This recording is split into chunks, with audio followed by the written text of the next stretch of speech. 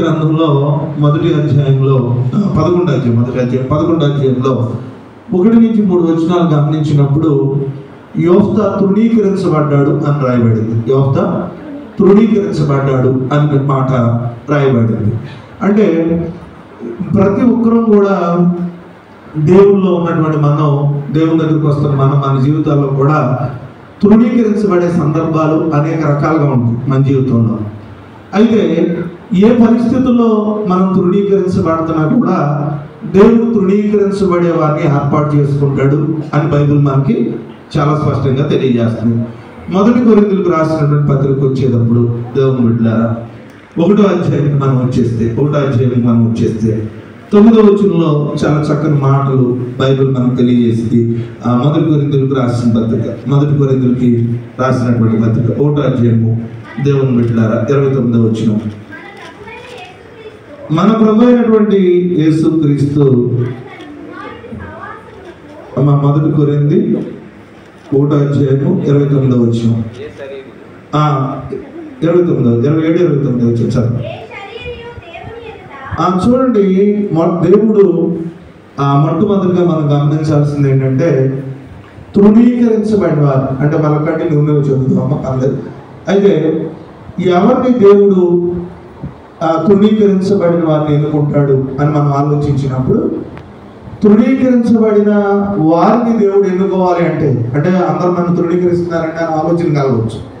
మరి దేవుడు మళ్ళా నేను ఎన్నుకోవాలి అని అంటే నీలో ఎలాంటి లక్షణాలు ఉండాలి, నాలో ఎలాంటి లక్షణాలు ఉండాలి అని బైబిల్ సెలవిస్తూ ఏ శరీరము దేవుని ఎదుట ఏం చేయకూడదట, అతిశయించకూడదు. మీరు ఈ మాటను చాలా జాగ్రత్తగా మనం గమనించాలి. దేవాలయాలకు వచ్చినప్పుడు కానీ దేవాలయాల్లో ఉంటున్నప్పుడు కానీ తెలియనటువంటి పరిస్థితుల్లో కొన్నిసార్లు మన శరీరం ఎప్పుడు కూడా మీరు గమనించండి, మన శరీరం తెలియకుండా దేవునికి వ్యతిరేకంగా ప్రవర్తిస్తుంటుంది. ఇది మానవ సహజం. ఎప్పుడైతే మనం దేవుని దగ్గర తెలియక మన శరీరం అనుకోకుండా అతిశయిస్తామో కొన్నిసార్లు ఏంటంటే మనిషి కూర్చునే విధానం కానించి, చూసే విధానం కానించి, మాట్లాడే విధానం కానించి, నడిచే విధానం కానించి చాలా రెక్లెస్గా కొంతమంది ఉంటారు. లోకంలో మనం గమనిస్తూ ఉన్నాం. ఈ రెక్లెస్ ఎంతవరకు అంటే ఒకవేళ మనుషుల దగ్గర సరిపోతుందేమో కానీ మన జీవితంలో దేవుని ఎదుట చాలా జాగ్రత్తగా మనం గమనించాలి. అంటే మనుషులు మనం ఒకవేళ మంచిగా ఉన్నా కూడా నేను అపార్థం చేసుకోవచ్చు, మంచిగా ఉన్నా కూడా రెక్లెస్గా ఉన్నాడని అపార్థం చేసుకోవచ్చు. దేవుడు మనిషిని ఎప్పుడు కూడా అపార్థం చేసుకోవడం, అర్థమే చేసుకుంటాడు. దేవుని స్తోత్రం. దేవుని మనం అర్థం చేసుకోవాలి. బైబిల్ గమనిస్తూ ఉన్నప్పుడు బైబిల్ మనకు ఏమని చెప్తుందంటే ఏ శరీరము దేవుని ఎదుట అతిశయించకూడదు అని చెప్తుంది. అందుకే అంటాడు కొందరు రథములు బట్టి కొందరు గుర్రములు. అంటే కొన్నిసార్లు చూడండి, మనకి ఇచ్చినటువంటి కొద్దిగా హైట్ ఉన్నాం అనుకోండి, కొద్దిగా నడిచేటప్పుడు నడక తేడాగా ఉంటుంది. మనలో ఏ క్వాలిఫికేషన్స్ ఏ యొక్క లక్షణాలు కాస్త ఎక్స్ట్రాగా ఉన్నా కొన్నిసార్లు మనిషి ఎక్స్ట్రాగానే ఉంటాడు. ఆ మనిషి హైట్ని బట్టో, రంగుని బట్టో, లేదా ధనాన్ని బట్టో, లేదా ఉన్న సంపదను బట్టో కొన్నిసార్లు ఏం చేస్తూ ఉంటాడంటే ఎక్స్ట్రాగా ఉంటాడు. కానీ బైబిల్ ఏమని చెబుతుందంటే దేవుడు మన ఎన్నుకోవాలి అని అంటే మన జీవితంలో తృణీకరించబడుతున్నప్పుడు దేవుడు మన ఎన్నుకోవాలంటే దేవుని ఎదుట మనం అతిశయించకూడనటువంటి వ్యక్తులుగా ఉండాలట. దేవునికి స్తోత్రం.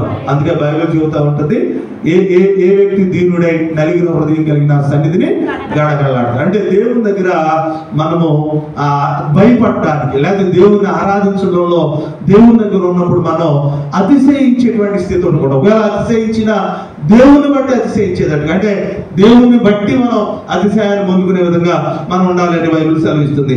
అయితే తృణీకరించబడిన వారిని దేవుడు ఎప్పుడు ఏర్పాటు చేసుకుంటాడు అని అంటే దేవుని ఎదుట అతిశయించుకోకుండా దేవునితో అతిశయించడం వల్ల మనం ఏం చేస్తాడంటే ఆయనకుంటాడని బైబిల్ సెలవిస్తాం. చదువు కంటిన్యూ చేయండి ఆ మాట. 27 కంటిన్యూ చేయండి. ఏ శరీరము దేవుని ఎదుట అతిశయింపకుండానట్లు జ్ఞానులను సిగ్గుపరచుటకు లోకంలో ఉన్న వెర్రివారిని దేవుడు ఏర్పాటు. అంటే మీరు అనుకోవచ్చు ఆ బ్యాక్గ్రౌండ్ అంతా బాగుంటేనే దేవుడు ఎవరినన్నా ఎన్నుకున్నాడేమో అనుకుంటారు. అంటే అన్ని పరిస్థితులు బాగున్న వారిని దేవుడు ఎన్నుకుంటాడేమో అనుకుంటాడు. బైబిల్లో కూడా మీకు ఒక మాట సందర్భం వచ్చింది కాబట్టి మీకు మళ్ళీ చెప్తున్నాను, జాగ్రత్తగా గమనించడానికి ప్రయత్నించండి. బైబిల్లో రాయబడిన ఒక చక్కని మాట ఏంటంటే గర్భఫలం యెహోవా ఇచ్చు బహుమానం. అంటే ఇద్దరు భార్య భర్తలు పాపంలో జీవించుండొచ్చు, ఒకవేళ వారిద్దరు కూడా పాపంలో జీవించిన వారికి ఈ బిడ్డకి పాపానికి సంబంధము లేదు. హెల్త్ విషయాలు సంబంధం ఉండొచ్చు. వాళ్ళ రక్తం బలహీనమైతేనో, వాళ్ళ శరీరంలో బలహీనమైతేనో, వారి పరిస్థితులు బలహీనమైతేనో బలహీనం అవ్వచ్చు. కానీ గర్భఫల విషయంలో ఎప్పుడు కూడా ఉండదు. అందుకే బైబిల్ ఏమంటాడంటే దేవుడిచ్చే గర్భఫలాలు బహుమానాలు ఇస్తున్నప్పుడు పాడైపోయిందో, కుళ్ళిపోయిందో, లేకపోతే విరుద్ధమైందో మనకి ఎప్పుడు ఇవ్వడు. దేవుని స్తోత్రం. బైబిల్ని మీరు ఆలోచించాలంటే మీరు మళ్ళా చెప్తున్నాను, మనకున్నటువంటి చిన్న చిన్న విషయాలతో మనం ఆలోచించినంత వరకు దేవుని విషయాన్ని మనం అర్థం చేసుకోలేదు. దేవుని బిడ్డ, దేవుని మైండ్, దేవుని యొక్క ఆలోచన ఎలా ఉంటుందంటే తన తల్లి ఎలాంటిదైనప్పటికీ తన తల్లి గురించి దేవుడు పక్కన పెట్టేశాడు. తన తృణీకరించబడిన జీవితం ఎలాంటిదైనప్పటికీ దేవుడు పక్కన పెట్టేశాడు. కానీ దేవుడు తనను వాడుకోవాలనుకున్నప్పుడు ఈ లోకంలో ఎన్నిక లేని వారిని దేవుడు ఏర్పాటు చేసుకుంటాడు. దేవుని స్తోత్రం. మన బ్యాక్గ్రౌండ్, మన పూర్వ పరిస్థితులు, తల్లిదండ్రులు ఎలా జీవించారో దాన్ని పక్కన పెట్టేసి మనం ఏ విధంగా ఉంటే దేవుడు దీవించబడతాడో, మనం ఏ విధంగా లోపాలను సరిదిద్దుకుంటే దేవుడు దీవించబడతాడో అన్న ఆలోచనలోకి మనం వెళ్ళినప్పుడు దేవుడు ఖచ్చితంగా మనం దీవిస్తాడు. దేవుని స్తోత్రం. అందుకే ఇక్కడ రాశాడు, ఏ శరీరము దేవుని ఎదుట అతిశయింపకుండానట్లు దేవుడు లోకంలో ఎవరిని ఏర్పాటు చేసుకున్నాడట? వెర్రి వారిని దేవుడు ఏర్పాటు చేసుకున్నాడు. బలవంతులైన వారిని సిగ్గుపరచుటకు లోకంలో బలహీనమైన వారిని దేవుడు ఏర్పాటు చేసుకున్నాడు. ఎన్నికైన వారిని వ్యర్థం చేయడానికి లోకంలో నీచులైన వారిని, తృణీకరించబడినటువంటి వారిని దేవుడు ఏర్పరచుకుని ఉన్నాడని బైబిల్ గ్రంథం సెలవిస్తుంది. 31వ వచనంలో చక్కని మాట రాయబడింది, అతిశయించువాడు ఎవరి యందు అతిశయించాలి అంటే నువ్వు అతిశయించడాన్ని తప్ప అంటల్లా, నువ్వు అతిశయించు. కానీ నా స్టేటస్ ఇదో, లేదా నా పరిస్థితులు ఇదో, లేదా నా బ్యాక్గ్రౌండ్ ఇదో, లేదా నా విధానం ఇదో, నా ఆస్తి ఇదో అనేది కాకుండా దేవుణ్ణి బట్టి నువ్వు అతిశయించమని చెప్తున్నాడు. దేవుని స్తోత్రం. ఈ లోకంలో మనుషులైతే ఆ రకంగా అతిశయిస్తాడు. వారి గురించి కూడా చెప్తున్నాడు, వారు అతిశయించబడ్డారు, వారు కృంగి నేల మీద పడి ఉన్నారు. ఈ రకంగా ఆలోచించినప్పుడు అనేక మంది కృంగి నేల మీద పడిపోయారని చెప్తున్నాడు. దేవుడు మనం అతిశయించొద్దు అని అంటున్నా. ఎప్పుడైతే మనలో అతిశయం వచ్చిందో, దేవుని బిడ్డలారా గర్వం వచ్చిందో, దేవుడు ఆయన వాడుకోవడానికి, అంటే ఆయన ఆశీర్వదించడానికి దేవుడు మనని త్రోసివేస్తాడు. ఆయన మన త్రోసివేసిన, ఈ లోకం మన త్రోసివేసిన మన దేవుడు వాడుకోవాలంటే మనం దేవుని ఎదుట అతిశయించకుండా ఉండాలని బైబిల్ సెలవిస్తుంది. యోబ్దాన్ని దేవుడు ఎందుకు ఇష్టపడతా ఉన్నాడంటే దేవుని బిడ్డలారా తృణీకరించబడినప్పటికీ కూడా దేవుని దగ్గర తగ్గించుకోవడానికి ఇష్టపడుతున్నాడు. దేవుని స్తోత్రం. ఈ రోజు అందుకే బైబిల్ సెలవిస్తా ఉంది, ఎంతగా దేవుని దగ్గర మనం ఈ లోకంలో తృణీకరించబడుతున్నా మనం దేవుని దగ్గర విధేయత కలిగినటువంటి జీవితాన్ని మనం కలిగి ఉండాలని బైబిల్ సెలవిస్తే, మొదటి సమూయేలు గ్రంథంలో 2వ అధ్యాయము 8వ వచనంలో బైబిల్ చెబుతున్న మరొక మాటను చూద్దాం. దేవుని మొదటి సమూయేలు గ్రంథం దేవుని బిడ్డారా 2వ అధ్యాయం 8వ వచనం దయచేసి మరొక అమ్మా. ఆ దేవుని యొక్క ప్రణాళిక ఎలాంటిదట? దరిద్రులను, ఆయన కాన్సెప్ట్ ఏంటో తెలుసా? ఆయన ఉద్దేశం ఏంటో తెలుసా? దరిద్రులను ఎక్కడ కూర్చోబెట్టడానికి ఇష్టపడుతున్నాడట? అధికారులతో.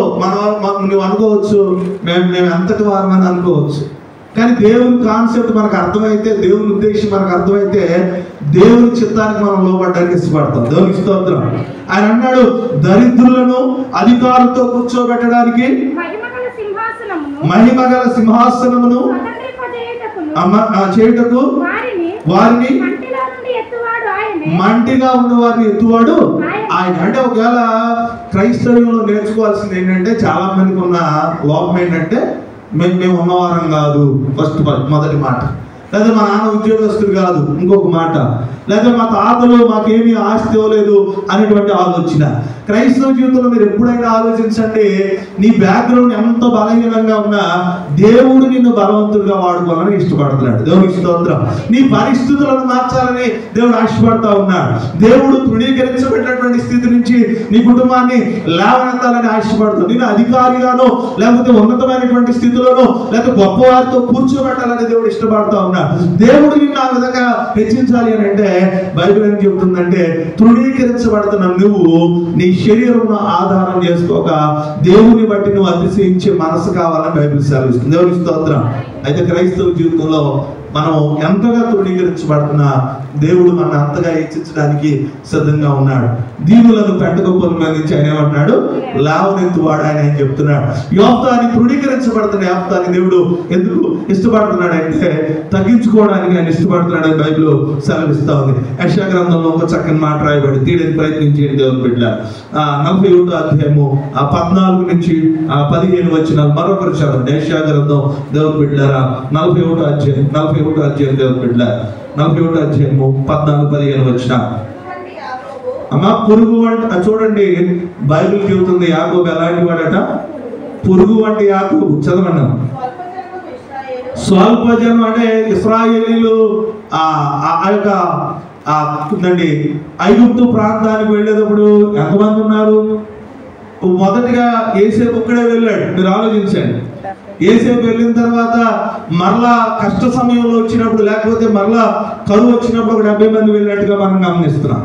అలాంటి ఇశ్రాయేలీయుల సంతానాన్ని ఆ యొక్క సంతానాన్ని దేవుడు ఎంతగా హెచ్చించాడంటే మీరు ఆలోచిస్తే ఆ జనాన్ని చూసి భయపడే విధంగా, పోయిన వారాల్లో మనం గమనించాం, ఆ జనాన్ని చూసి భయపడే వారిగా దేవుడు ఆశీర్వదించాడు. అంటే స్వల్ప జనాంగానైనా, పురుగు వంటి వ్యక్తులనైనా, నీచులనైనా, లేదా కొంతమంది మనుషులను జంతువులతో కూడా, జంతువులకు ఇచ్చేటటువంటి వాల్యూ కూడా ఈ లోకంలో లేవు. నేను గమనించండి, తప్పుగా అనుకోమాకండి, కానీ ఈ రోజున జంతువులు ప్రేమించే వారు తప్పుని అంటలేదు, కానీ జంతువులు ప్రేమిస్తూ మన కుటుంబానికి ఇవ్వాల్సిన బాధ్యత మనం ఇవ్వాలి. అది తప్పు కాదు. కుటుంబాన్ని ప్రేమించకుండా కేవలం జంతువులకు ఇచ్చేటువంటి బాధ్యతలు ఎక్కువ మనకి ఇచ్చేటువంటి అది ఆశీర్వాదం కాదు. కొంతమంది మనుషులను జంతువుల కంటే కూడా తక్కువగా చూస్తూ ఉంటారు. నాకు తెలిసినటువంటి ఒక ఆవిడ ప్రాంతంలో ఉంది. వాళ్ళ అత్తగారి దగ్గరికి సంవత్సరానికి ఒకసారి వెళ్ళిద్దో 2 సంవత్సరాలకు ఒకసారి వెళ్ళిద్దో. వాళ్ళ అత్తగారు ఇప్పటికీ రెస్ట్ మంచులో ఉంది. మళ్ళీ ఇంచుమించు నేను చెప్పకూడదు కానీ పరిచయంలో ఆవిడ భాగస్తులు దేవుడు పెట్టినారు. పరిచర్యలో లేదా పరిచర్యలో ఒక రకంగా ఉన్నటువంటి పరిస్థితులు, లేదా ఆ కుక్క విషయంలో, లేకపోతే ఆవిడకున్న జంతువుల విషయంలో ఉన్న ఆప్యాయత, దానికి ఒక ఫోటో, మరి దానికి ఒక మెమరీ, దానికి సంబంధించింది, దానికి ఉన్న లక్షణాలు అన్ని తప్పని అంటారు.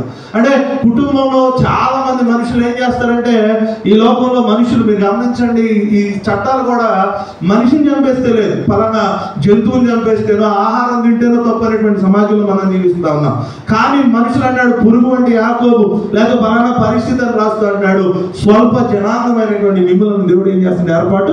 కొంతమంది పురుగుల్లా కనబడవచ్చు, మనం బలహీనంగా కనబడవచ్చు, లేకపోతే చిన్న వ్యక్తులుగా మనం కనబడవచ్చు, కానీ దేవుడు నేను గొప్పగా హెచ్చిస్తాను. చదవండి మా మాట, చదవండి, కంటిన్యూ చేసేస్తారు.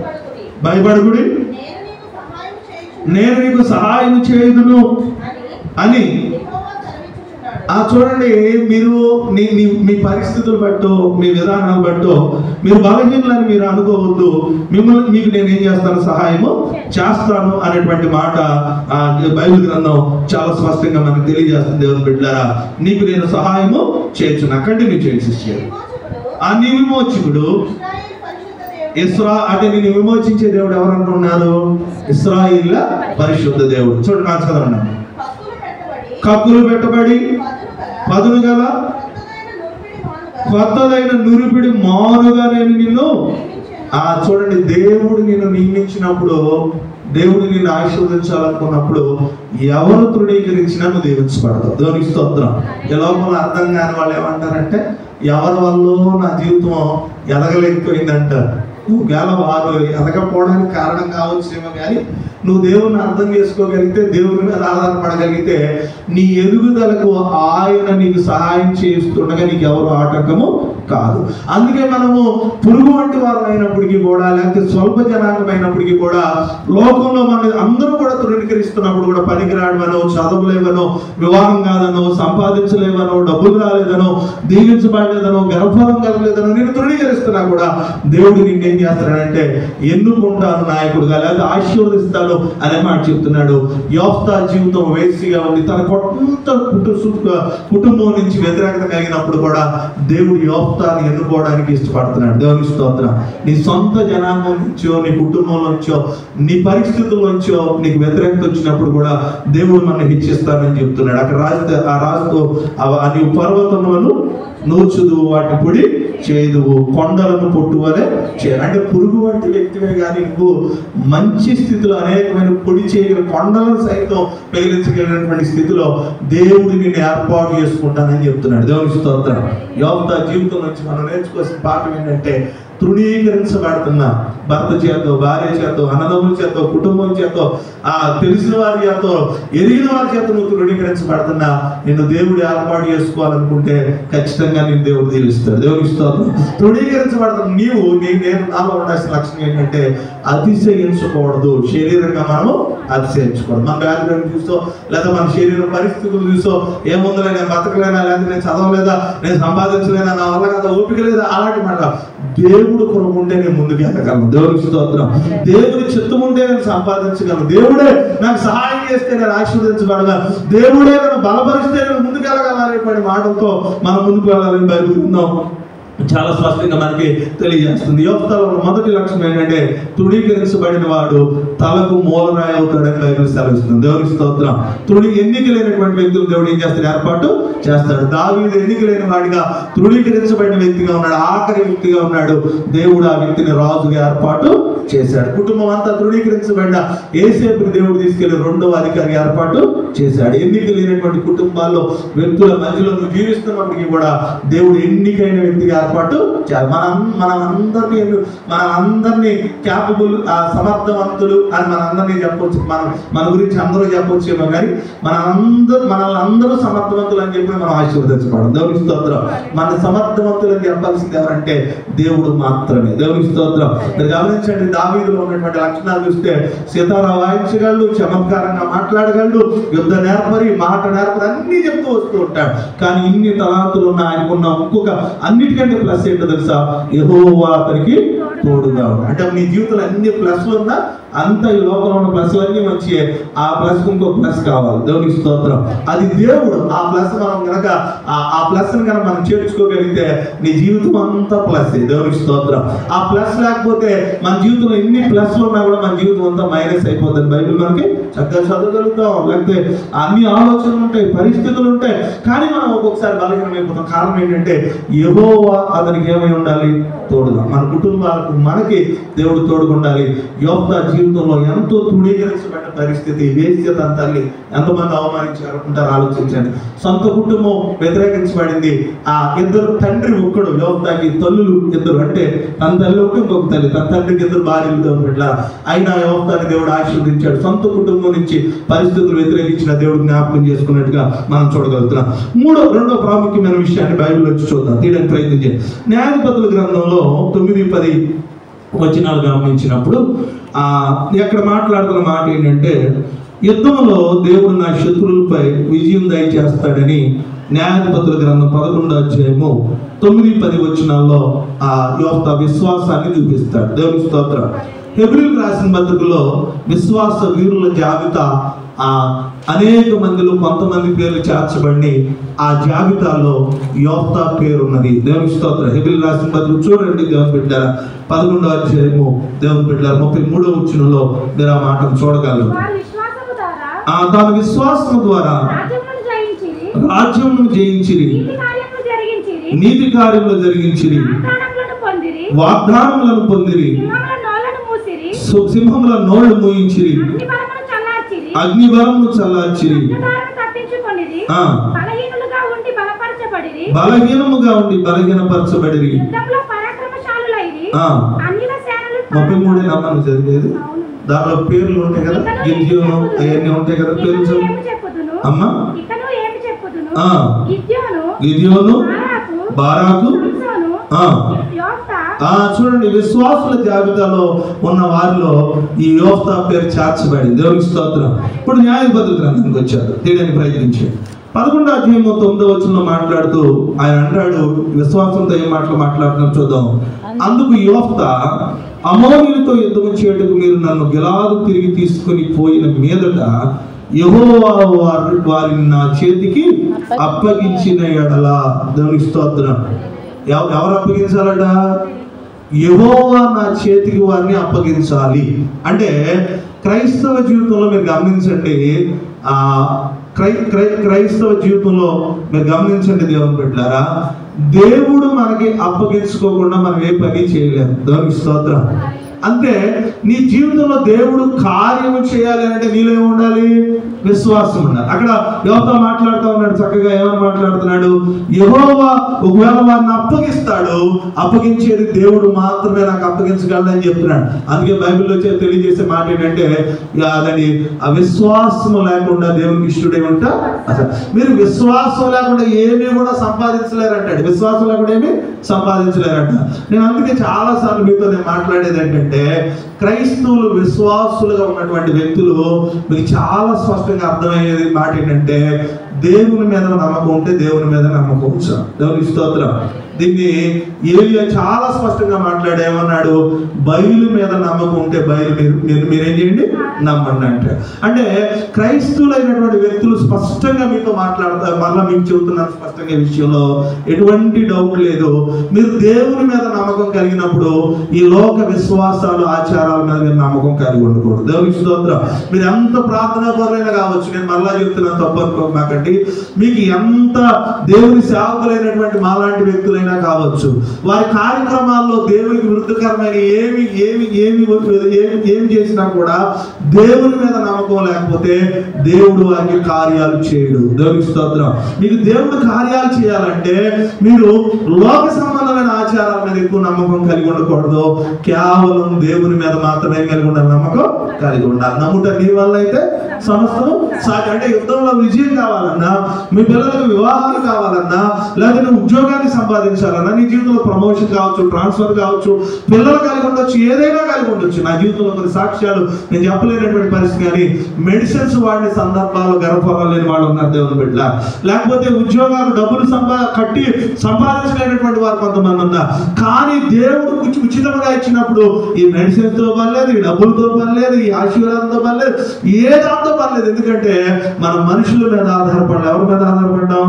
దేవుడి మీద ఆధారపడాలి. దేవుడి మీద మీరు విశ్వసించండి, దేవుడి మీద నమ్మడం. మనం ఆయన అన్నాడు, యుద్ధము దేవుడు నాకు అప్పగిస్తే అన్నాడు. దేవుడి స్తోత్రం. దేవుడు అప్పగించకపోతే నేనేమి చేయలేను. అప్పగించాలంటే నీలో ఏముండాలి? విశ్వాసం ఉండాలి. ఆ మాట మరొక మాట చదవండి. 10వ వచనం కూడా చదివితే దానిలో చక్కని మాట రాయబడింది. దేవుని బిడ్డలారా చూడండి.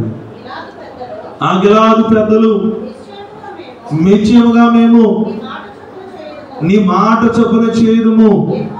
యెహోవా మన ఉభయుల మధ్యను, చూడండి, నువ్వు దేవుడు ఇస్తాడని చెబుతున్నావు కదా, దాని మీద ఉన్న యెహోవా మన మధ్య ఉన్నాడు అనే మాట చెప్తున్నారు. ఈ చెప్పిన మాటలకు వారు కూడా అంగీకరించారు. దేవుని స్తోత్రం. క్రైస్తవ జీవితంలో దేవుని బిడ్డలారా, మీ పిల్లలు అందుకే మీరు చూడండి, అందరు తల్లులు రకరకాలుగా పెంచితే మోషే తల్లి విశ్వాసాన్ని పోసి తన బిడ్డను పెంచింది. దేవునికి స్తోత్రం. అందుకే అంటాడు మోషే, ఐగుప్తు ధర్మం కంటే క్రీస్తు విషయంలో కలిగిన నిందా శ్రమ నాకు ఇష్టమని ముందుకెళ్ళాడట. మన జీవితంలో మన పిల్లల్ని పెంచేటప్పుడు, మనం పెరిగేటప్పుడు విశ్వాసాన్ని మనం నూరిపోయాలి. చాలా జాగ్రత్త మీరు గమనించాలి. విశ్వాసం లేకపోతే దేవుడు కార్యాలు చేయలేదు. ఎవరిని గుడ్డిగా నమ్మొద్దంటే నువ్వు చదవమని చెబుతున్నా, చదవద్దని నేను చెప్తా. నువ్వు చేయాల్సిన ప్రయత్నాలు నువ్వు చేయి, కానీ దేవుని కంటే నువ్వు దాని మీద డిపెండ్ అయిపోయి దేవుని మీద నుంచి విశ్వాసాన్ని నువ్వు పక్కన పెట్టొద్దని మాట నేను చెప్తూ ఉన్నా. దేవుని మీద నమ్మకుండా పర్లా నాకు జరిగిపోతే, ఎందుకు జరగదు, ఇది ఖచ్చితంగా జరిగిపోతుంది. ఎప్పుడు కూడా మీరు గమనించండి, నీ ప్రయత్నాలు నువ్వు చేయి. నీ ప్రయత్నంలో దేవుడు సహాయం. ఆయన అన్నాడు, యుద్ధానికి వెళ్తా, యెహోవా చేతికి అప్పగిస్తే నేను ఒకవేళ నీకు ప్రధానిగానో, మీకు వ్యక్తిగానో, నాయకుడుగానో నేను ఉంటానని చెప్తున్నాడు. దేవుని స్తోత్రం. దేవుడు ఇవ్వగలిగితే మనం దీవించబడగలుగుతాం. దీవించబడాలంటే నీలో విశ్వాసం ఉండాలి. యోఫ్తా జీవితంలో ఉన్న రెండో లక్షణం ఏంటంటే విశ్వాసం కలిగినది. బైబిల్ గ్రంథంలో అందరినీ మీరు చూడండి, విశ్వాసాలు లేకుండా వారు దీవించబడాలి. దేవుని స్తోత్రం. మాకు విశ్వాసం ఉందంటే నువ్వు ఆచారాన్ని విడిచిపెట్టాలి, నువ్వు సెంటిమెంట్స్ విడిచిపెట్టాలి. నీకున్న ఏ సెంటిమెంట్ అయినా నువ్వు విడిచిపెట్టేంత వరకు నీ జీవితంలో ఒక కార్యం దేవుడు చేస్తానని చెప్పలా. దేవుని స్తోత్రం. ఇది ఎక్కడ పోదండి అని అనుకోవచ్చు, ఇది ఎక్కడ ఉందండి అని అనుకోవచ్చు. బైబిల్లో రాయబడిన మాట మరొకసారి చూద్దాం, గుర్తు చేసుకుందాం. మనందరికీ తెలిసింది కానీ మనం మర్చిపోతూ ఉంటాం తెలుసా. యాకోబు రాసిన పత్రిక 1వ అధ్యాయం దేవుని బిడ్డలారా 5వ వచనంలో ఏమని రాయబడిందో మనం ఒకసారి చూద్దాం. దాన్ని ఎవరైనా చదివేటప్పుడు కంగారు పడకండి, నేను చెప్తాను. చదవండి దేవుని బిడ్డలారా. 6 నుంచి చదవమ్మా. అయితే అతడు ఆ దేవుని దగ్గరికి ఏమండి మీరు గమనించండి. మళ్ళా మీరు వెళ్ళిన డాక్టర్ని అయినా డౌట్ పడండి. మళ్ళీ మీకు చెబుతున్న మీ హస్బెండ్, మీ వైఫ్, మీ తల్లిదండ్రుల మీద కూడా డౌట్ పడడం అంటే తప్పుగా. మా నాన్న ఎంత కడతాడో లేదో డౌట్ పడవచ్చు, తప్పే లేదు. మా అమ్మ ఎంత చేయగలదో లేదని డౌట్ పడవచ్చు, తప్పలేదు. మా ఆయన ఎంత చేస్తాడు, మా ఆవిడ ఎంత చేస్తా చేయలేదు అనేది మీరు డౌట్ పడవచ్చు. కానీ దేవుని మీద మీరు ఎప్పుడు డౌట్ పడమాకండి. దేవునికి స్తోత్రం. ఎవరి మీదైనా డౌట్ పడండి, దేవుని మీద మీరు డౌట్ పడద్దు. దేవునికి స్తోత్రం. దేవుని మీద డౌట్ మేము ఎందుకు పడుతున్నాం అంటే మంచి రోజుకి వెళ్ళాలంటే దేవుని మీద డౌట్ పడినట్టే. మళ్ళీ చెప్తున్నా, నువ్వు లేకపోతే ముహూర్తం చూసుకుని వెళ్తామంటే దేవుని మీద డౌట్ పడినట్టే. దేని మీద వెళ్తున్నా మనం డౌట్ పడినట్టే. నేను కాదని మీరు అనుకోమాకండి. అందుకే అంటాడు, మొన్న కూడా మీకు చెప్పాను, ఇర్మియా గ్రంథంలో 17వ అధ్యాయంలో, శరీరమునకు ఆధారం చేసుకుని ఎవరి మీద మనసు? యెహోవా మీద మనసు. ఇప్పుడు ఎవరు చంద్రబాబు గారు లేకపోతే జగన్ గారు గెలిచేస్తా ఉంటే సరిపోతా, నేను గెలిచేస్తున్నాం, ఇప్పుడు వచ్చేస్తారు, చాలా మంది వచ్చేస్తారు, గెలిచేస్తాం అని చెప్తే వాళ్ళు గెలిచేస్తారా? వాళ్ళు ప్రజల్లో పని చేయాలి, పని చేసినప్పుడు వారు గెలుస్తారు. ఉండట్లా నువ్వు చేయాల్సింది నువ్వు చేస్తూ ఉండాలి. అలాగే దేవుడి మీద మనం నమ్మకం కలిగి మనుషుల మీద ఎప్పుడు ఆధారము చేసుకోకూడదని బైబిల్ సెలవిస్తుంది. చదువు మా మాట చదువు. అతడు ఏమాత్రమును సందేహింపక విశ్వాసముతో అడగవలెను. ఆ సందేహించు అంటే డౌట్ పడేటువంటి వ్యక్తి గాలి చేత రేపబడి ఎగిరిపడి సముద్ర తరంగమును పోలిండును. అటు మనుషుడు డెమాన్స్ట్రేట్ అంటే మీకు తెలుసా? డెమాన్స్ట్రేట్ అంటే మీకు తెలుసా? మీ ప్రార్థన మీరు చేయండి, మా టైం మేము పెట్టుకుంటాం, అంతేనా కదా? మీరు కాదులే, మామూలుగా లోకం, అంతేనా కదా? మీ ప్రార్థన మీరు చేసేయాలండి, భాష గారు మాకు టైం అయిపోతుంది, ఆ పని టయానికి చేసేయాలి. లోకంలో అంతే.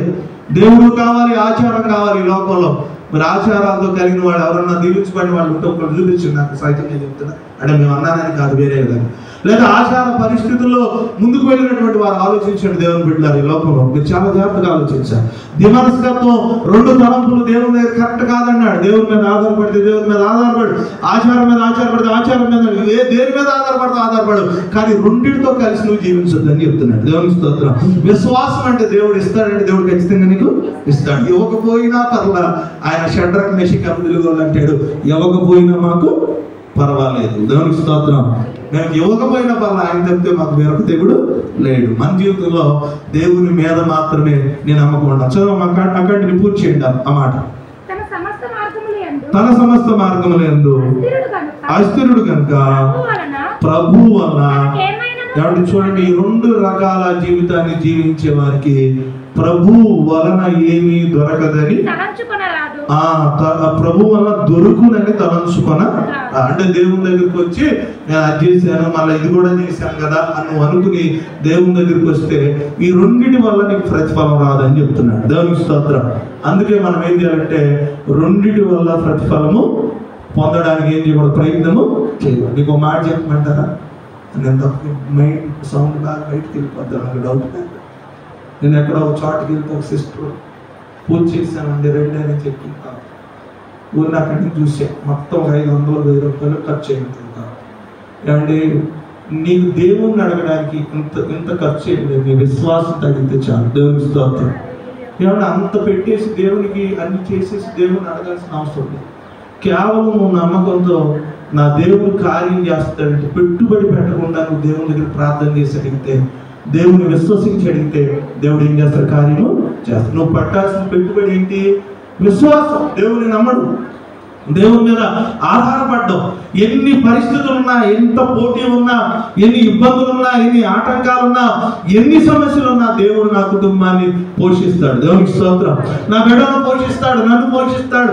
ఈ యుద్ధంలో, ఈ సమస్యల్లో నాకు విజయాన్ని సాధిస్తాడు అన్నటువంటి నమ్మకం నీ జీవితంలో ఉంటే దేవుడు మనకు కార్యాలు చేస్తాడు. దేవునికి స్తోత్రం. దేవుని నమ్మడంలో అందరూ నమ్ముతారు. అందుకంటాడు దెయ్యాలు కూడా ఎవరు నమ్ముతున్నాయి అంట? నమ్మల పందులు దగ్గరికి వెళ్ళి అటు వదిలించమంటే ఏమన్నా, మాతో మనిషి కుమారుడు, మాతో నీకేంటి, నీకు పనికి టైం ఉండగా అది చెప్పట్లేదండి. దెయ్యాలు కూడా నమ్ముతున్నాయి అంటాడు. అంటే ఈ లోకంలో అనేక మంది నమ్ముతారు, ఆ నమ్మకాలు వేరు. నువ్వు ప్రత్యేకంగా దేవుని నమ్మాలి. నమ్ముట నీ వల్ల అయితే సమస్తము. కొంతమంది నమ్మకాల లోపాలు ఉన్నాయి, బైబిల్ హెచ్చరిస్తుంది. కొంతమంది 30% ఆశీర్వదించబడతారు. కారణం ఏంటి? సంఘాల లోపం కాదు, లేదా దేవుని లోపం కాదు, నీలో లోపం. బైబిల్ సెలవిస్తుంది, ఆవగింజంత విశ్వాసం నీలో ఉండిన చాలు అంటున్నాడు. అందుకే అంటున్నాడు. కొంతమంది 60 అంటున్నాడు, కొంతమంది 100% అంటున్నాడు. అంటే మన జీవితంలో మన విశ్వాసాన్ని ఎంతగా దేవుని దగ్గర పెట్టగలిగితే, పెట్టుబడిగా పెట్టగలిగితే, నమ్మగలిగితే దేవుడు ఏం చేస్తాడు? కార్యము చేస్తాడు. యోఫ్తా దేవుని మీద నమ్మకం కలిగి ఉంటాడు. ఒకవేళ దేవుడు ఇస్తే నేను మీకు పెద్ద వ్యక్తిగా లేకపోతే ముఖ్యమైన వ్యక్తిగా మీతో ఉంటాను అనేటువంటి మాట చెబుతున్నాడు దేవుని బిడ్డలారా. బైబిల్ తీయడానికి ప్రయత్నం చేద్దాం. ఇంకొక మాటను చూద్దాం దేవుని బిడ్డలారా. రెండో మాట యోఫ్తాలో ఉన్న రెండవ లక్షణం దేవుని బిడ్డ. న్యాయాధిపతుల గ్రంథం 11:11 వచ్చిన దేవుని బిడ్డ. న్యాయాధిపతుల గ్రంథం 11:11 వచ్చిన. కాబట్టి యోఫ్తా గిలాదు పెద్దలతో కూడా పోయినప్పుడు, అమ్మ ఈ మాట తను చదువుతుంటే కొద్దిగా జాగ్రత్తగా విన్నాం. దానిలో ఒక అర్థం కనపడుతుంది. అర్థం, జనులు తమకు అతన్ని నియమించుకునేది. అప్పుడు యోఫ్తా యెహోవా సన్నిధిని నిలబడి తన సంగతి అంతయు ఏంటండి అంటే ఏం చేస్తున్నాడు? ప్రార్థన చేస్తున్నాడు. దేవునికి స్తోత్రం. తనకున్న సంగతి అంతా ఎవరికి వినిపిస్తున్నాడట? అంటే మన బాధ అంతా ఎవరికి వినిపించాలి? దేవునికి వినిపించాలి. చాలా మంది ఏంటంటే మనుషులకు వినిపిస్తారు. తెలుసా? చాలా మంది ఏం చేస్తారు? మనుషులకు వినిపిస్తారు. పట్టించుకోలేదంటారు, లేదా మీరు వచ్చిన తర్వాత ఎలాగైపోయింది అంటారు, నీ వాళ్ళు ఇంత నష్టపోయామంటారు, నీ వాళ్ళు మేము ఇంత ఇబ్బంది పడుతున్నాం అనేటువంటి మాటలు మాట్లాడుతూ ఉంటారు. మనకున్న సమస్యలంతా ఎవరికి వినిపించాలి? మనం దేవునికి వినిపించాలి. ఈ ప్రార్థన అంతా కూడా దేవునికి వినిపించాలని బైబిల్ సాధిస్తుంది. అంటే యోఫ్తా విజయం సాధించడానికి ప్రధానమైన కారణం ఏంటంటే ప్రార్థన. మన యొక్క విజయానికి ప్రధానమైనటువంటి అస్త్రం ఏంటి అని అంటే ప్రార్థనే మన జీవితానికి ఆశీర్వాదకరం. దేవునికి స్తోత్రం. అంటే చాలా మంది జీవితాల్లో ప్రార్థన లోపం వల్ల, అందుకని అంటాడు పైకి భక్తి గలవారై ఉండి దాని శక్తిని అంటే ప్రార్థన శక్తిని ఆశ్రయించుకోవడం కూడా పొరపాటే మన జీవితంలో. అంటే ప్రార్థన అంటే మీకు ఇంకో మాట చెప్తున్నా, తప్పుగా అనుకో మాకండి. కొన్నిసార్లు సంఘాల్లో మన సేవకులు కానీ మేము ఇచ్చే చోట చేసే ప్రార్థన అసలు అది కాదు. అదేదో మామూలుగా మనం చేస్తాం. తప్పు అని నేను అంటలా, అది తక్కువ అని నేను అంటలేదు. ఈ ప్రార్థనే మన జీవితాన్ని కొలమానం అనుకోమాకండి మీరు, లేదా ఇక్కడ చేస్తేనే ప్రార్థన చేసినట్టు అని మీరు అనుకోమాకండి. దేవుని బిడ్డ యాకోబు గురించి బైబిల్ సెలవిస్తుంది. మగతనం అంటే వివాహం చేసుకోవడమో, మగతనం అంటే పిల్లలు కట్టమో, మగతనం అంటే ఎవరి మీద గొడవాడమో కాదు. మగసిరి గలవాడే ఆ రాత్రి దేవునితో పెరుగులాడు ఏం చేశాడు? ప్రార్థన చేశాడు. అంటే క్రైస్తవ జీవితంలో ప్రార్థనలో ఉన్నటువంటి పరిస్థితులు, పోరాటం అనేది తన పౌరుషము, తన లేకపోతే తన యొక్క పురుషుని యొక్క లక్షణాలు ఎక్కడ చూపించాడట? ప్రార్థనలో చూపించాడు. ఈరోజు క్రైస్తవ జీవితంలో ప్రభువా నన్ను దీవిస్తే గాని, నన్ను హెచ్చిస్తే గాని నేనేం చేయను, నేను విడిచిపెట్టాను. దేవుని దగ్గర పెరుగులాడాలి. దేవుని పెట్టలేదు. చాలా మందిని చూసి వాళ్ళు చూడు ఎట్ట చదువుకున్నారు, వాళ్ళు చూడు ఎలా కష్టపడుతున్నారు, వాళ్ళు చూడు ఎలా దీవించబడ్డారని మనం మాట్లాడకూడదు. మంచిదే, వాటిని కొలమానంగా తీసుకోండి. కానీ మనం డిసప్పాయింట్ అయిపోకూడదు. మనం ప్రార్థన చేసుకుంటే మన అవసరాలు ఏం చేస్తాడు దేవుడు తెలుస్తాడు. చూడండి, యాకోబు భార్య దగ్గర ఉన్న రెండో లక్షణం ఏంటో చెప్పమంటారా మీరు? యాకోబు ఫిల్ట్ పట్టుకుని ఎవరిని అడుగుతుంది అంటే కాదులే, వ్యాఖ్యానం కోసం అలా చెప్తున్నా. ఆస్ట్రేలియాలో చూసేదా అంటే నేను చెప్పలేదు, నీకు అర్థం కావాలి చెప్తున్నా. దేవుని స్తోత్రం. కొన్ని విషయాలు జస్ట్ వ్యాఖ్యానం మీకు అలంకరణగా చెప్తున్నాను. అంటే యాకోబు చాలా ఇష్టపడి చేసుకున్నాడు. ఇష్టపడి చేసుకున్న తర్వాత పిల్లలు కాబట్టి బీపీ వచ్చింది. అమ్మగారికి బాగా బీపీ వచ్చింది. బీపీ వచ్చేసిన తర్వాత ఇక అమ్మగారు తట్టుకోలేకపోతే ఏం చేయాలి? ఉక్రోషం చేసుకుని కొన్నిసార్లు చాలా మంది భార్యలు భర్తలు ఎవరి మీద చూపించడానికి కోపం వాళ్ళ ఆయన మీద చూపించే కొంతమంది ఉంటారు. కొంతమంది ఇక్కడ గాకులు ఉంటాయి, పులుగులు పట్టుకుంటుంది, ఈ శరీరాల మీద తెచ్చిన సొట్టు ఎవరి మీద చూపించలేదు. కొన్నిసార్లు వాళ్ళ మీద కొన్నిసార్లు చూపిస్తూ ఉంటారు. యాకోబు భార్య తన మీద కోపం చూపిస్తూ ఉంది. అడుగుతుంటే ఆయన అంటాడు, నేనేమన్నా దేవునికి ప్రతినిధిగా నేను ఉన్నాను. తల్లిదండ్రులు అడగడం కాదండి. అతమాంగాలు కొంతమంది అడుగుతారు, ఇంకా పంపించమని. అది చాలా పొరపాటు. అలాగని అతమాంగాలు బాగుంటే మనకే ఇస్తారు. ఏ కంగానే వాళ్ళు దీవించబడితే నీకే ఇస్తారు. ఎవరికి ఇస్తారు? ఎవరు చేసుకుంటారు? ప్రతిదానికి ఆడ మీద ఆధారపడి నాకు పెట్టలేదు, నాకు పోషించలేదు, మా నాన్న ఆస్తి లేదు, మా అమ్మ ఇది లేదు, మా తాత ఈ రకంగా ఉంటారు. దేవుణ్ణి ఎరిగిన వాడు దేవుణ్ణి అడిగి బ్రతుకుతాడు. దేవుని స్తోత్రం. మనం ఎక్కడ అడగాలంటే అంటే ఆయన అంటాడు సర్వ సంపదలు ఎవరిలో ఉన్నాయంట? క్రీస్తులో గుప్తమై ఉన్నాయి. దేవునికి స్తోత్రం. పుట్టుకతో నువ్వు దీవించబడకపోవచ్చేమో కానీ నువ్వు దీవెన కారణం అవుతుంది. అందుకంటాడు దాన్ని యోహాను రాసిన సువార్తలో మీరు గమనిస్తే, ద్రాక్షవల్లిని నేను తీగలు, మీరు నాలో ఫలించండి, మిమ్మల్ని ఎక్కువగా ఫలింపజేస్తానన్నాడు. దేవునికి స్తోత్రం. నువ్వు దేవునితో అంటగట్టడానికో, దేవునితో కలిసి ప్రార్థన చేయడానికో, దేవుని అడగడానికో నువ్వు కేవలం ముందుకు రాకపోతే దేవుడు యోఫ్తా తనకున్నటువంటి పరిస్థితులన్నీ దేవుడికి వినిపించాడట. దేవునికి స్తోత్రం. నా కుటుంబంలో ఈ లోటు ఉంది, నా యుద్ధంలో ఈ సమస్య ఉంది, నాకు ఈ అవసరతలు ఉన్నాయి, ఈ భయం ఉంది, ఈ వనరులు కావాలి, ఈ పరిస్థితులు ఉన్నాయి, నువ్వు ఎలా సహాయం చేస్తావు ప్రభు అని దేవుడిని అడిగాడట. దేవుడిని అడిగినప్పుడు యోఫ్తా విషయంలో దేవుడు ఆ ప్రార్థన ఆలకించి జవాబునిచ్చాడు. దేవునికి స్తోత్రం. క్రైస్తవ జీవితంలో దేవాలయానికి వచ్చిన తర్వాత నీ ప్రార్థన మనుషులకు కాదు వినపడాల్సింది. ఎవరికి వినపడాలి? కొంతమంది మనుషులకు వినపడాలని చాలా జాగ్రత్తగా ప్రార్థన చేస్తారు. మీరు గమనిస్తే వీళ్ళందరూ కూడా మనుషులకు వినపడే ప్రార్థన చేసేవాళ్ళు. ఎవరు? శాస్త్రులు. ఆ సందు కనపడంగా నలుగురు విశ్వాసాలు కనపడడానికి ఇలా గంటలు ఉండేవాళ్ళు. వీళ్ళన్నా ఇక మన ప్రార్థన ఎవరికి వినపడాలి? దేవుడికి వినపడాలి. మూలుగులు వినపడాలి. అన్న ప్రార్థన చేస్తున్నప్పుడు ఆ సేవకుడు కూడా వినపడాలి. ఎవరికి వినపడింది? దేవునికి వినపడింది. దేవునికి వినపడి తన బాధ, తన వేదన దేవునికి వినపడింది. మందిరానికి వచ్చిన తర్వాత కూడా అందరూ కొంతమంది మంచిగా వినపడదా చేస్తారు, తప్ప నేను అంటున్నాను. కానీ నీ ప్రార్థన దేవునికి వినపడేది అలాగా ఉండాలి. దేవునికి స్తోత్రం. నీ కష్టము దేవుని దగ్గరికి వెళ్ళేలాగా ఉండాలి. నీ యొక్క సమస్య దేవుడు అంగీకరించే విధంగా ఉండాలి. నీ యొక్క విజ్ఞాపన దేవుని దగ్గరికి వెళ్ళే ఉండాలి. యోఫ్తా 9వ న్యాయాధిపతిగా ఉంటూ విజయం సాధించడానికి కారణం ఏంటంటే ప్రతి యోధుడి వెనకాల ఏముందంటే ప్రార్థన ఉంది. దేవునికి స్తోత్రం. ఈ రోజున నీ జీవితంలో విజయం సాధించాలంటే ప్రార్థన ఒక ఆయుధం. శుక్రవారం వస్తేనే కాదు, నీ జీవితంలో ప్రార్థన అనేది ప్రతిదినం ఒక క్రమంగా పెట్టుకోవాలి. దేవునికి స్తోత్రం. నీ పిల్లలు, నీ కుటుంబం ప్రార్థన చేసే అనుభవంలోకి ఉండాలి. ప్రార్థన చేయగలిగినప్పుడు వచ్చిన ప్రతి సమస్యని ఎవరు తీసేస్తాడు? దేవుడు తీసేస్తాడు. ఆ క్రమాట నేను సమయం అవుతుంది ఇంకో మాట చెప్పి ముగిస్తాను. న్యాయాధిపతుల గ్రంథం 11వ అధ్యాయము 27వ వచనం ఏం చెప్తుందో మరొకరు చదవండి. దానిలో ఉన్న అర్థం మనం గ్రహిద్దాం.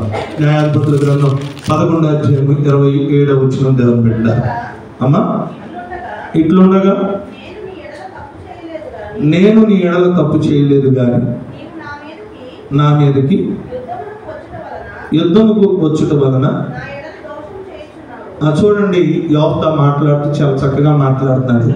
ఆయన ఇట్లుండగా నేను నీ ఎడల నేనేం చేయలేదు తప్పు అంటే యోఫ్తా తనకున్న అనుభవాన్ని చెప్పుకున్నాడు. నేనైతే నీ ఎడల తప్పు చేయలేదు. చదవండి సిస్టర్. న్యాయాధిపతి అయినటువంటి యెహోవా నేడు ఇశ్రాయేలీయులకు అమోనీయులకును. దేవునికి స్తోత్రం. అంటే దేవుడు న్యాయము తీరుస్తాడని నమ్ముచున్నాడు. దేవునికి స్తోత్రం. యోఫ్తాలో ఉన్న 4వ లక్షణం ఏంటి? దేవుడు నాకు న్యాయం చేస్తాడు, తీరుస్తాడు, న్యాయము చేస్తాడు. అక్కడ యోఫ్తా మాట్లాడుతూ అన్నాడు, నేను నీ ఎడల ఏం చేయలేదు, తప్పు చేయలేదు. కానీ ఎవరు న్యాయం చేస్తారు? మనకి దేవుడు న్యాయం చేస్తారు. క్రైస్తవంలో ఉండాల్సిన ప్రతి ఒక్కరూ నేర్చుకోవాల్సిన మొదటి ముఖ్యమైన లక్షణం ఏంటంటే దేవుడి నుంచి న్యాయాన్ని ఆశించే వ్యక్తులుగా మనం ఉండాలి. దేవునికి స్తోత్రం. మనకు ఎవరు తీర్పు తీర్చాలి? దేవుడు తీర్చాలి. మీకు ఒక మాట చెప్తాను, తప్పని మాట్లాడు కానీ 99% క్రైస్తవులుగా మనం వెళ్ళకూడదని నేను అంటల్లా, వెళ్ళకూడదని అవకాశం ఉన్నంత వరకు జడ్జిమెంట్ దేవుని దగ్గర నుంచి పొందుకోవడానికి ప్రయత్నం చేయాలి మనం. దేవునికి స్తోత్రం. లాయర్లు కానీ జడ్జి కానీ తప్పని అంటారు, వాటి తప్పని నేను అంటారు. లేకపోతే పోలీస్ స్టేషన్ కానీ పెద్దలు కానీ గ్రామ పెద్దలు కానీ ఈ లోకంలో అసలు ఎక్కడి నుంచి మనం న్యాయాన్ని చూడడానికి ప్రయత్నించేవారు. అంటే వాళ్ళు తప్పని కానీ వాళ్ళని వ్యతిరేకించమని అంటే కొన్ని పరిస్థితులు అంటే తప్పదు. అసలు న్యాయం ఎక్కడి నుంచి రావాలి? మనకి దేవుని దగ్గర నుంచి రావాలి. దేవునికి స్తోత్రం. నేను చాలాసార్లు మీరు గమనించండి, ఇప్పటికి మనం ఆలోచించాల్సింది ఏంటంటే మణిపూర్లో న్యాయం ఎవరి దగ్గర నుంచి రావాలి? మనకి దేవుని దగ్గర నుంచి రావాలి. దేవునికి స్తోత్రం. అంటే క్రైస్తవ సంఘాలను, క్రైస్తవ బిడ్డలను, క్రైస్తవ లోకంలో ఏ రకంగా ఎక్కడ నష్టం జరుగుతున్నా, ఎవరి విషయంలో అన్యాయము, అక్రమం, ఇబ్బంది జరుగుతున్నా దేవుని ఎరిగిన వాళ్ళని మనం ఆలోచించాల్సింది ఏంటంటే దేవుడు ఏం చేయాలి? మనకు న్యాయము చేయాలి. ఖచ్చితంగా దేవుడు న్యాయం చేస్తాడు. దేవునికి స్తోత్రం. అంటే మీకు ఒక మాట చెప్పమంటారా? ఏసేపు లేయాకి న్యాయం చేసాడా? అన్యాయం చేసాడా? ఏం చేశాడు? అన్యాయం చేశాడు. దేవుడిని అనుకున్నాడే, మళ్ళీ ప్రార్థనా పరుడే, మంచివాడే, అన్ని స్థితిలో ఉంది. ఈవిడ అందంగా ఉంది, ఆవిడ అందంగా లేదు. ఈవిడ ఇష్టం లేకుండా చేసుకున్నాడు, తప్పని పరిస్థితులు ముడిపడ్డాడు. కానీ ముడిపడింది అని చెప్పి ఆమె ప్రేమిస్తున్నాడా? ప్రేమించట్లేదు. లేయా ద్వేషించబడి ఎవరు చూశారట? యెహోవా దేవుడు చూశాడు. అంటే దేవుడు చూసి ఏం చేశాడు? ఈయన సెట్ చేయాలి, ఇద్దరిని కూడా సెట్ చేయాలని ఏం చేశాడు? ఈవిడికి పిల్లలు ఇచ్చాడు, ఈవిడికి కాస్త బ్రేక్ ఇచ్చాడు. దేవుడికి స్తోత్రం. అంటే దేవుడు న్యాయవంతుడు. దేవుడు ఎందుకంటే అన్యాయస్తుడు కాదు. దేవుడు న్యాయం చేసేటువంటి వ్యక్తి. దేవుడు ఎవరికి బ్రేక్ ఇవ్వాలో, లేదా ఎవరిని హెచ్చించాలో, ఎవరిని దీవించాలో, ఎవరికి న్యాయం చేయాలో దేవుడు తెలుసు. అందుకే క్రైస్తవ జీవితంలో మనం ఎక్కడి నుంచి అయినా న్యాయం ఎదురు చూడాల్సింది దేవుని ఎదురుబడి ఎవరు తెలుసా? న్యాయం దేవుని దగ్గర నుంచి ఎదగాలి. దేవుని స్తోత్రం. నలుగురు కరెక్ట్ అంటేనో, నలుగురు కరెక్ట్ కాదంటేనో, నలుగురు వెనకాలు ఉంటేనో, నలుగురు వెనకాలు లేకపోతేనో, ఏ పరిస్థితుల్లో మనుషుల మీద ఎప్పుడు కూడా నువ్వు ఆధారపడకూడదు. దేవుడు నాకు ఈ విషయంలో ఏం చేయాలి? న్యాయము చేయాలి. అక్కడ ఏమవుతాడు చూడండి చక్కగా, నేను నీ ఎడలు ఏం చేయలేదు, తప్పు చేస్తే నీకు న్యాయం జరగదు. అది కరెక్ట్. దేవుని స్తోత్రం. కొంతమంది అంటే దేవుడు న్యాయం చేస్తాడు, దేవుడు న్యాయం చేయాల్సిన ఏమి చేసి పడతాడు, మళ్ళీ వచ్చి దేవుడు న్యాయం చేస్తాడు. మరి ఏం చేసేస్తాడు? ఏమి చేయలేదు. ఆయన అంత అమాయకుడేం కాదు. దేవుని స్తోత్రం. కొంతమంది ఆలోచన వీళ్ళు చేయాల్సినవన్నీ చేస్తారు. 10 రకాల బుద్ధులు తిట్టేసి దేవుడు తీర్చేస్తాడు. ఏమి నువ్వు తిట్టేసేస్తే తీర్పు తీర్చే దేవుడు కాదు. దేవుడు న్యాయం చేస్తాడు. ఎప్పుడు చేస్తాడు? నీ వైపు తప్పు లేనప్పుడు. దేవునికి స్తోత్రం. నీ వైపు న్యాయం ఉన్నప్పుడు, నీ వైపు న్యాయం ఉన్నప్పుడు, నీ వైపు అన్యాయం లేనప్పుడు, నీది నిజమైనప్పుడు, ఈ లోకమంతా నీకు అగైనెస్ట్ గా అయినా నీకు ఎవరు చేస్తాడు న్యాయము? దేవుడు చేస్తాడు. అందుకే అన్నాడు, దేవుడు నాకు న్యాయము చేసేటువంటి దేవుడు అన్నాడు. చదువు మాట చదువు. అయితే చాలండి ఆ మాట. మొదటి పేతురు రాసింది 2వ అధ్యాయం 23వ వచనం చూడండి అమ్మా. మొదటి పేతురు 2వ అధ్యాయం 23వ వచనం. ఆయన దూషించబడి నీకు న్యాయం కావాలంటే ఏం చేయాలట? నిన్ను ఎవరైనా తిడుతున్నారనుకో, నువ్వు బదులు దూషించకూడదు. చదువు. ఆయన శ్రమ పెట్టబడి బెదిరింపక న్యాయముగా తీర్పు తీర్చు దేవునికి. దేవునికి స్తోత్రం. దేవుని దగ్గర న్యాయం రావాలంటే నేను చెప్పాడు? ఆయన దూషించబడి. కొంతమంది అంటారు, ఇప్పుడు తిట్టి నేను ఎందుకు తిట్టాడు? 10 తిట్టాడు అంతేనా కాదా? 10 తిట్టితే ఏదో గోల్డ్ మెడల్ ఎత్తున్నట్టు. నీకు ఒక మాట చెప్తున్నా, 10 తిట్టిన తర్వాత ఏం తెలుస్తుందో తెలుసా? మంచిగా ఎత్తులేదు బాబా అంతే కదా. వెంటనే 10 తిట్టండి అంటే ఆవిడ మంచి ప్రాణం మెరిసింది. అంటే మన వల్ల మనం ఏదన్నా దూషించినా శరీరం బలహీనమైంది, దేవుని దగ్గర నుంచి ఎవరైనా న్యాయము రాదు. కాబట్టి మనం సమస్య వస్తున్నా నీకు న్యాయం జరగాలంటే దేవుని వైపు మనం ఎదురు చూడాలి. ఎవరికి న్యాయం చేస్తాడంటే దేవుని వైపు ఎదురు చూస్తే వారికి దేవుడు న్యాయము చేస్తాడు. ఆదికాండం 18:25 వచ్చిన మరొకటి చదవడమ్మా. ఆదికాండం 18:25 వచ్చిన చదవండి. ఆదికాండం 18:25 వచ్చిన అమ్మా. ఆ చొప్పున చేసి దుష్టులతో కూడా చూడండి, దుష్టులతో కూడా నువ్వు నీతిమంతులను చంపేద్దామని ఎవరి దగ్గర న్యాయం అడుగుతున్నాడు దేవుడు? అబ్రాహాము. అక్కడ ఉన్నారు అసలు ఒకడే నీతిమంతుడు. దేవునికి స్తోత్రం. ఈయన అనుకుంటున్నాడు ఇంకా కొంతమంది నీతిమంతులు ఉన్నారయ్యా, నువ్వు ఎలా న్యాయం చేస్తావని అడిగితే దేవుడు న్యాయం చేసాడా? న్యాయమే చేశాడు. నీతిమంతుడు లోతులు మాత్రమే తప్పించాడు. దేవునికి స్తోత్రం. పేతురు రాసిన పత్రికలో రాయబడింది, కామ వికారమైన చేష్టలతో విపరీతమైన దేవుని విరుద్ధకరమైన బుద్ధితో జీవిస్తున్నప్పుడు లోతనే నీతిమంతుడు పరిశుద్ధత కాపాడుకుంటే పరిశుద్ధుడు గల నీతిమంతుడు దేవుడు తప్పించాడు. దేవునికి స్తోత్రం. అంటే దేవుడు ఎక్కడా కూడా అన్యాయము చేయడు. ఒక చోట అంటాడు, గురుగులతో పాటు గోధుమలు పీకేస్తామంటే అక్కడ అన్యాయం జరిగితే ఉడిపే వద్దంటాడు. దేవునికి స్తోత్రం. ఏంటంటే గురుగులు గోధుమలు కలిసి ఏమైనా ఒక చోటే ఉన్నాయి. ఇప్పుడు ఈ తీసేవాళ్ళకి ఇవి కూడా పోతాయి. అక్కడ అన్యాయం జరిగితే అక్కడ వద్దంటాడు. అయితే సొదొమ ప్రాంతంలో న్యాయం చేస్తున్నాడు. నీతిమంతుడైన ఒక లోతు తీసుకొచ్చిండు. అన్యాయం నేను న్యాయమే చేస్తాను అన్నాడు. దేవునికి స్తోత్రం.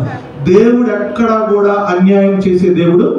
కొంతమంది ఎవరన్నా చనిపోయిన తప్పు అనుకోమాట సహజంగా భర్త గారు ఎవరన్నా చెప్పి నాకు దేవుడు అన్యాయం చేసాడు, ఎందుకు నేను అన్యాయం అంటే తెలియక అనొచ్చు. దేవుడు ఎప్పుడు కూడా మనకు అన్యాయము చేయడు. కొన్నిసార్లు అంటావు, అయా నాకు ఇంత అన్యాయం చేస్తావు. దేవుడు అన్యాయం చేసే దేవుడు కాదు. దేవుడు ఎవరికి అన్యాయం చేయడు. దేవుడు ఉంటే నాకు ఇంత అన్యాయం జరిగిందో కొన్నిసార్లు ప్రశ్నిస్తాం. దేవుడే నాకు అన్యాయం జరిగింది, ఎప్పుడు దేవుడు అన్యాయం చేయడు. దేవుడు న్యాయం చేస్తాడు. దేవుని న్యాయాన్ని నువ్వు నమ్మాలి. నువ్వు దేవుని న్యాయం చేస్తున్నప్పుడు నువ్వు బయటికి వెళ్ళిపోకూడదు, నువ్వు గొడవకి వెళ్ళిపోకూడదు, నువ్వు న్యాయం కోసం ప్రయత్నాలు చేయకూడదు. దేవుని మీద ఆధారపడితే దేవుడు ఏం చేస్తాడు? న్యాయము చేస్తాడు. మొదటి సమయాల గ్రంథం 24:15 చదువు నేను ముగించాను. మొదటి సమయాల గ్రంథం 24:15. మొదటి సమయం 24:10. అమ్మా, యెహోవా నీకును నాకును మధ్య న్యాయాధిపతి అయి దేవుని స్తోత్రం.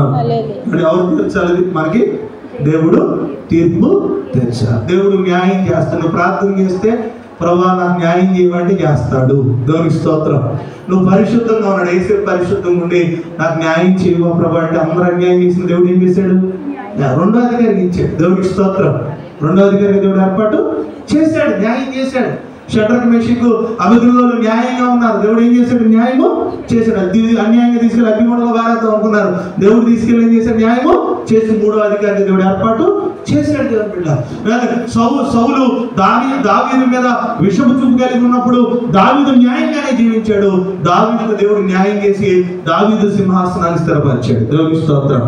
ఈరోజు క్రైస్తవ జీవితంలో యోఫ్తాకి దేవుడు న్యాయం చేశాడు. అందరూ అన్యాయం చేసిన యోఫ్తా ప్రార్థనాపరుడు, యోఫ్తా విశ్వాసపరుడు, విశ్వాసం కలిగినటువంటి వ్యక్తి. యోఫ్తా తృణీకరించబడిన రాయిని దేవుడు ఏం చేశాడు? మూలకు తలరాయి చేశాడు. ఏ వ్యక్తినైతే తృణీకరించాడో ఆ వ్యక్తిని యుద్ధంలో వాడుకోవాల్సిన పరిస్థితి ఏర్పడింది. న్యాయాధిపతికి ఏర్పాటు చేసుకోవాల్సిన పరిస్థితి వచ్చింది. తృణీకరించబడిన రాయి న్యాయాధిపతుల గ్రంథం 13 మంది న్యాయాధిపతులు ఉంటే వాడలో ప్రముఖుడిగా దేవుడు ఏర్పాటు చేశాడు. ఈరోజు క్రైస్తవ జీవితంలో నిన్ను ఎవరైనా తృణీకరించబడుతున్నా, నీ బ్యాక్గ్రౌండ్ పరిస్థితులు, ఆ పుట్టుకలో కానీ కుటుంబ నేపథ్యాల్లో కానీ మన తల్లిదండ్రుల లోపాల పరిస్థితుల్లో ఉన్న మన పరిస్థితులు బలహీనమైన దేవుడు మన జ్ఞాపకం చేసుకున్నప్పుడు దేవుడు మన ఆశీర్వదిస్తాడు. ఈ కొద్ది మాట దేవుడు మన దీవించుగాక. ప్రార్థన చేసుకుందాం.